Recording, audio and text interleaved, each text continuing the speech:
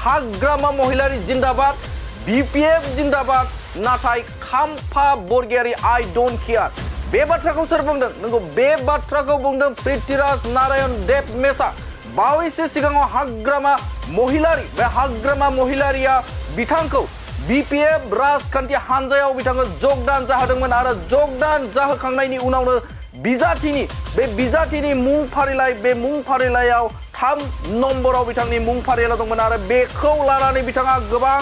बाथ्रा बुंदों आरो 100% BPF राजखान्थि हानजानिफ्राय बे बिथाङा बिजाथि मोनगोन होननानै गोख्रों बाथ्राखौ बुंनायखौबो नुनो मोन्दोंमोन आरो बेखौ लानानैनो बिथाङा रोखा थामहिनबा गोख्रों बाथ्रा बुंनानै बे समाव BPF नि दैदेनगिरि थामहिनबा बारग' लेङाइ गाहाय मावफुं सोद्रोमा बिथां खाम्फा बरगयारि बे खाम्फा बरगयारिनि बिथाङा सुबायदि बिथाङा जादों मानोना बिथाङा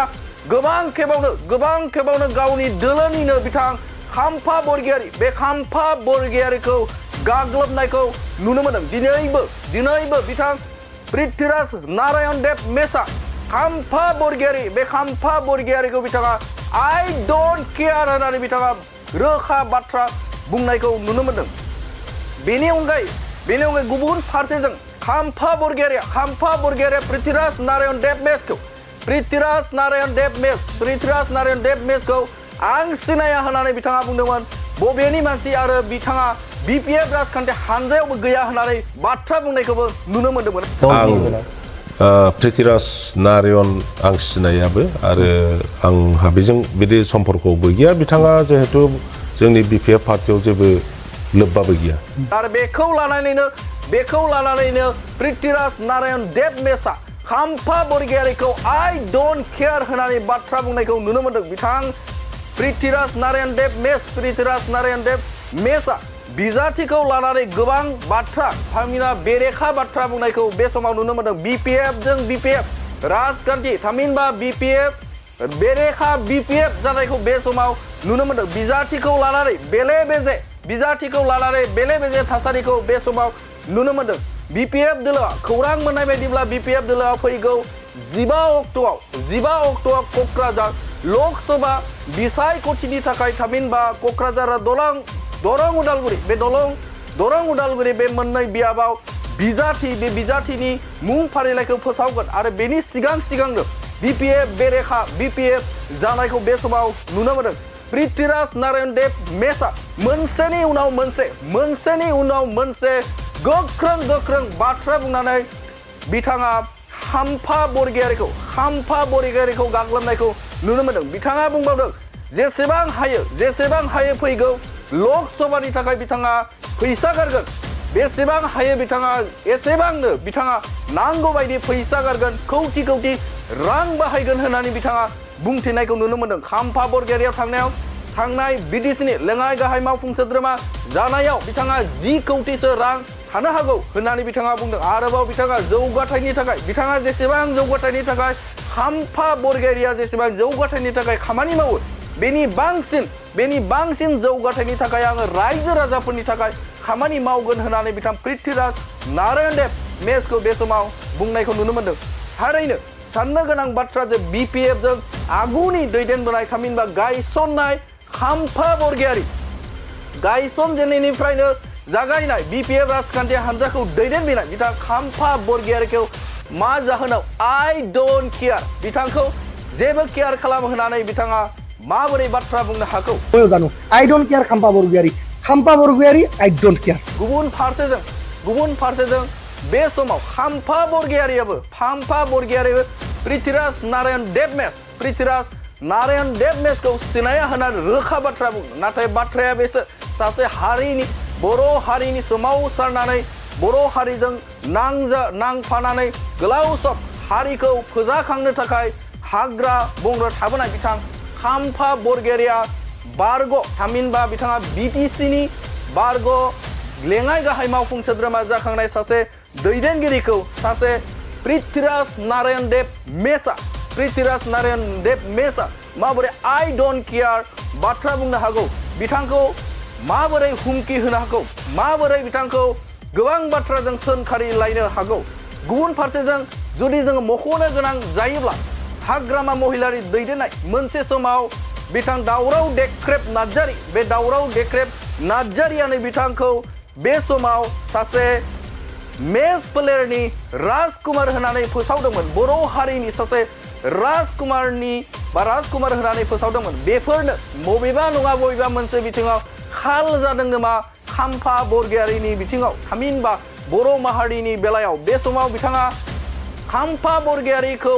बिजाथिनि बेलाखौ लानानै गोबां बाथ्रा बुंनायखौ नुनो मोनदों बे समाव हाग्रामा महिलारिखौ बिथाङा फोथायदों पृथ्वीराज नारायण देबआ फोथायदों जायनि थाखाय गोबां लाख लाख रां कौटि कौटि रां बिथाङा बिजाथि देरहानो थाखाय बाहायगोन होननानै बिथाङा रोखा बुंनायखौ नुनो मोनदों बे समाव नोंथांमोना बड'लेण्ड बुब्लिनि गेजेरजों बिपिएफ बेरेखा बिपिएफ जे बाथ्रा थामहिनबा बिजाथिखौ लानानै दाङाबाजि थामहिनबा बिथांमोननि गेजेराव जुजिलायनाय बे जुजिलायनाय रादाबखौ बे समाव नोंथांमोननि गेजेराव होबाय खाम्फा बरगयारी ডাঙৰীয়াই 2020 চনত ডেপুটি চিফ হৈ থকাৰ সময়তেই বিপিএফ 2020 চনত বিটিসি চৰকাৰৰ পাৱাৰত থকাৰ সময়তেই যি সময়ত খাম্পা বৰগয়াৰী ডাঙৰীয়া ডেপুটি চিফ আছিল সেই সময়তেই তেওঁ এটা সামান্য সৰু এমচিএলএ সমষ্টিত চিৰাংদুৱাৰ এমচিএলএ কনষ্টিটুৱেঞ্চিৰ পৰা জিকিব পৰা নাই তেওঁ বেয়াকে হাৰিছে পাৱাৰত থকা সত্ত্বেও ডেপুটি চিফ হোৱা সত্ত্বেও আৰু সেইজন মানুহে কেনেকে ইমান ডাঙৰ এটা এমপি কনষ্টিটুৱেঞ্চি য'ত 9টাকে বিধানসভা সমষ্টি আছে 9টা এমএলএ কনষ্টিটুৱেঞ্চি আছে আৰু কমসে কম 30টা 31টা এমচিএলএ কনষ্টিটুৱেঞ্চি আছে সেই সমষ্টিত ইমান ডাঙৰ এমপি কনষ্টিটুৱেঞ্চিত গৈ তেওঁ জিকিব আৰু দ্বিতীয় কথাটো মই কৈছো মই পৃথ্বীৰাজ নাৰায়ণ দেৱ মেছে আজি ডিক্লেয়াৰ দিছো বিপিএফ দলৰ তৰফৰ পৰা 100% বিশ্বাসী যে মই বিপিএফ দলৰ কেণ্ডিডেট হিচাপে কোকৰাঝাৰ লোকসভা সমষ্টিৰ কেণ্ডিডেট হিচাপে মই নমিনেশ্যন সাবমিট কৰিম কিয় কৰিম ইয়াৰ যুক্তিটো মই আপোনাক দিছো ফাৰ্ষ্ট হল প্ৰমিলা ৰাণী ব্ৰহ্ম ডাঙৰীয়নীৰ নাম পেনেলত আছিল প্ৰমিলা ৰাণী ব্ৰহ্ম ডাঙৰীয়নী নিজে সাৰেন্ডাৰ কৰি দিলে যে তেওঁৰ লগত পইচা নাই সেকেন্ড খাম্পা বৰগয়াৰী ডাঙৰীয়া এতিয়া খাম্পা বৰগয়াৰী ডাঙৰীয়াই 2020 চনত পাৱাৰত থকা সত্ত্বেও ডেপুটি চিফ থকা সত্ত্বেও নিজৰ ঘৰতে 50,000 ভোটৰ সমষ্টিত এমচিএলএ ইমান সৰু এটা সমষ্টিত তেওঁ বেয়াকে হাৰিলে তো তেওঁ 15 লাখ ভোট থকা সমষ্টিত লোকসভা সমষ্টিত কেনেকৈ জিকিব কোকৰাঝাৰ লোকসভাৰ পৰা আৰু দ্বিতীয় যুক্তিটো হৈছে যে খাম্পা বৰগয়াৰী ডাঙৰীয়াই দৰাচলতে বেংকক থাইলেণ্ড বা কলা বাগানত গৈ যদি নিৰ্বাচন খেলে বা ইলেকশ্যন খেলে তেওঁ জিকিব পাৰে বেংকক থাইলেণ্ডৰ মাতৃ সমাজে বা মহিলাসকলে তেওঁলোকক ভোট দিব পাৰে খাম্পা বৰগয়াৰীক কিন্তু খাম্পা বৰগয়াৰীক মই ইণ্ডিভিজুৱেলি কৈছো বিপিএফ দলক কোৱা নাই দে